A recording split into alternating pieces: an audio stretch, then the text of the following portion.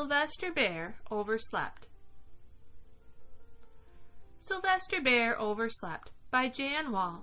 Pictures by Lorenz. The sky was silver.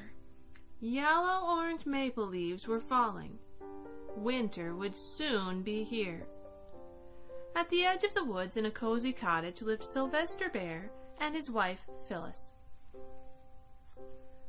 Sylvester was in the apple tree shaking apples. "Soon it will be time for our winter nap," said Phyllis. "I know, but before we sleep we must eat," said Sylvester. They carried the apples into the kitchen, where Sylvester peeled and cored them. Phyllis rolled out dough and shook sugar and cinnamon and a pinch of salt over the apples. In an hour or two, they had baked 35 pies. Together, they ate all 35. Phyllis watched the clock. "It's getting late, Sylvester." "I know," he replied. He gave her a hug and she gave him one. Then they said their prayers and climbed into bed. They lay there counting bees making honey. After almost a week, Sylvester had counted 40,000 bees. Phyllis was already asleep, snoring. He sighed. "Her snoring gets louder and louder every year. If I don't get to sleep first, I have to hear her snore." For another week, he listened to it. He tied stockings on his ears. He paced back and forth.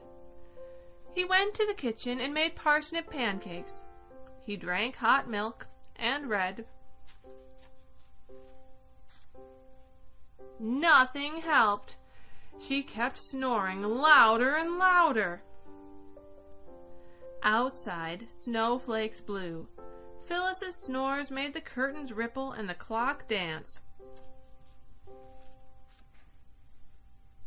Sylvester shook her. "If you don't stop snoring, I can't sleep," he moaned. "If you don't stop shaking me, I can't sleep," she groaned, but fell asleep anyway.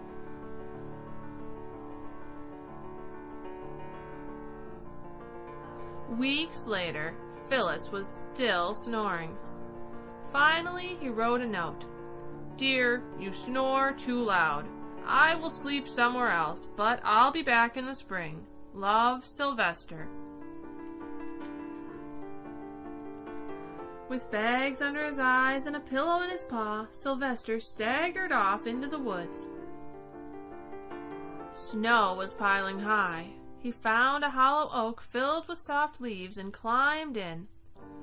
Finally, it was quiet.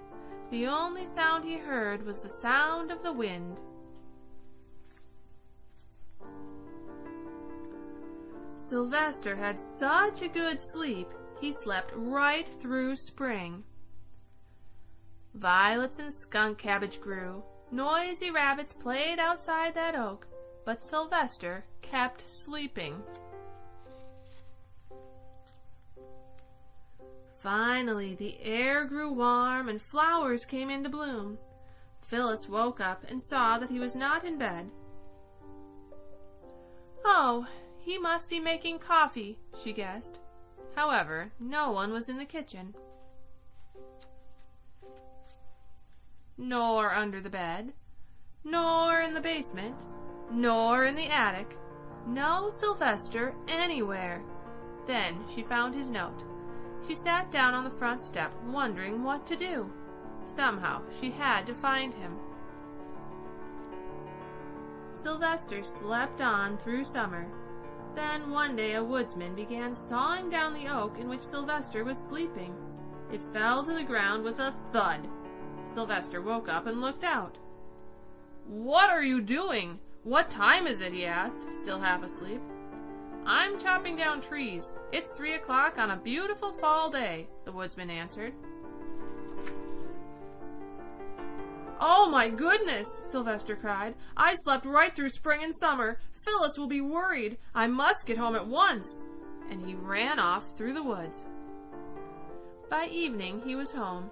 Tall purple foxglove and goldenrod grew all around the empty cottage. Inside, among the soot, dust, and cobwebs, Sylvester found a note from Phyllis. "Where are you? I waited and waited. Now I'm going out to find you. Love, Phyllis." "I must find her at once." So Sylvester got on his bike and rode off in search of Phyllis.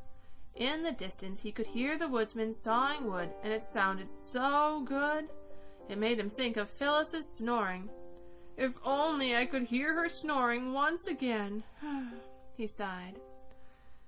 He picked berries, and he saw her face on each berry. He fished, and saw Phyllis's face in the water. As he was eating, he cried, "Phyllis, if you were here, it would taste better." He rode into town. He saw a poster for the circus. He was still sad. "Maybe the clowns could cheer me up," he thought. He bought a ticket and walked in. He sat in the first row to be close to the ring. The first act was the clowns. They made Sylvester laugh. The next act was Rosita, the Spanish dancer. She danced around the ring. Suddenly she stopped in front of Sylvester. She gave him a big hug.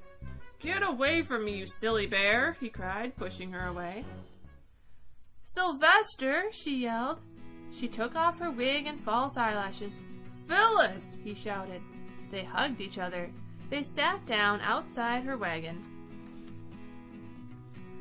"I decided to join the traveling circus hoping to find you," she told him. Sylvester told her about how he had overslept in the oak and spent months looking for her. "That's okay," she said. "You can sleep as long as you want." "And I won't mind your snoring," Sylvester replied. They went home. That winter, Phyllis snored louder than ever. But Sylvester was so glad to have her back, he just smiled as he fell asleep. Her snoring was music to his ears. The end.